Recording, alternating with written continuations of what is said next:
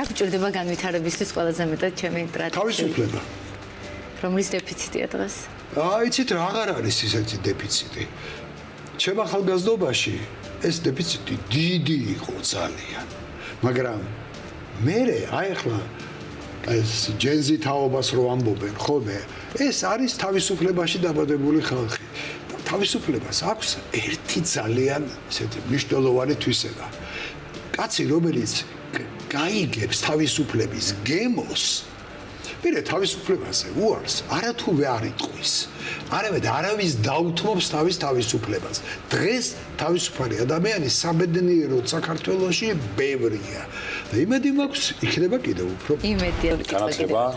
განათლებაში ფულის ჩადება და აუცილებლად გჭირდება განვითარებისთვის ის რომ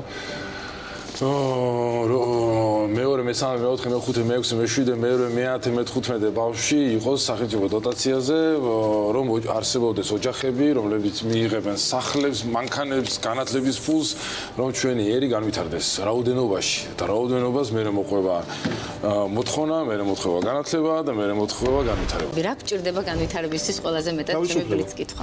ვიტყოდი რა უბრალოდ ფინანსური განათლება მაინც ხედავთ რომ ბევრი კუთხით არის პრობლემა. ჩვენი რეგულაციების ძირითადი ნაწილი მათ შორის ფინანსური სტაბილურობის რეგულაციების ძირითადი ნაწილი არის მაინც იქითენ მიმართული, რომ ცალკეული ეკონომიკური აგენტები ალბათ ისეთ ფინანსურ გადაწყვეტილებებს ვერ იღებენ და იღებენ ზედმეტ რისკებს. ხო, ჩვენ გქონდეს უკეთეს ფინანსური განათლება, ფინანსური სტაბილურობაც გვექნებოდა კიდევ უფრო უკეთესი. და შეიძლება უფრო რბილიც ყოფილიყო ეროვნული ბანკის. კი, რა თქმა უნდა, კი, ჩვენი პოლიტიკის მეტად დაუჯერებდით, რომ ბაზარი დაარეგულირებს ვიდრე ზედამხედველი. გჭირდება კიდევ ერთხელ ხაზს უსვამ იმას, მეტი ინვესტიცია გაკეთდეს ენერგეტიკაში და სხვა სექტორებშიც და მნიშვნელოვანია რომ ყველა მოაკეთოთ ჩვენი საქმე, რაც შეიძლება მეტი მოვინდომოთ. როგორ? რაც შეიძლება მეტი მოვინდომოთ და ვაკეთოთ ყველა ჩვენი კი ბატონო. რა გჭირდება განვითარებისთვის კიდევ ერთხელ? განვითარებისთვის ახალი განათლებული თაობა, ოღონდ განათლებული. განათლების გარეშე არაფერი არ გამოვა ეს გამოიწვია. ჩვენ გვჭირდება განვითარებისთვის თავისუფლება. თავისუფლება, რომელიც აძლევს თითოეულ საქართველოს მოქალაქეს თავისი პოტენციალის სრული რეალიზაციის შესაძლებლობას. რა გჭირდება განვითარებისთვის ყველაზე მეტად ჩემი ბლიც კითხვა?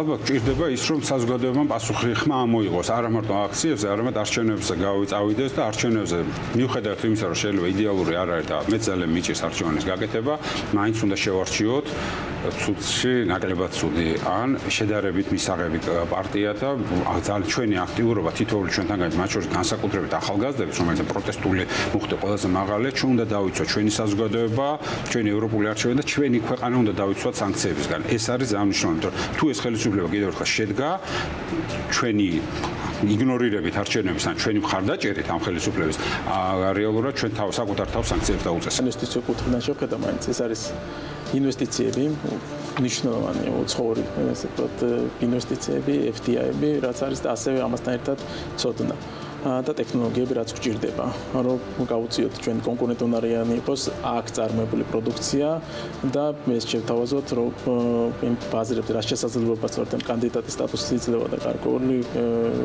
არსებული მდგომარეობა, კონკურენცია გავუწიოთ ისეთ განვითარებულ ქვეყნებსაც და ისეთ პროდუქცია იწარმოებოდეს აქ და ისეთი მიმართულებებს განვითარდეს, რომ ღირსეულად იყოს წარმოქმნილი საერთაშორისო ბაზრებზე. ამიტომ ინვესტიცია, ცოდნა, ტექნოლოგიები, რაც მნიშვნელოვანი შეუწყობს. გჭირდება ცოდნის შეძენა და რეალურად შრომის მოყვარეობის დაბრუნება. რა არის, ბოდიშით ხო საკუთარი თავის რწმენა თითქოს დაკარგეს ადამიანებმა. და დაკარგეს იმიტომ რომ მათ ცოდნა არ აქვს და არ უნდა თუ ეს ცოდნა შეიძინონ. მე ვამბობ თუ ცოდნა გაქვს დღეს თუ ვაშლის კარგი გასხლა იცი, ატმის გასხლა იცი, ვაზის გასხლა იცი, სამუშაო ადგილი გარანტირებული გაქვს. რეალური სტაბილურობა და კონკურენტული გარემო რა.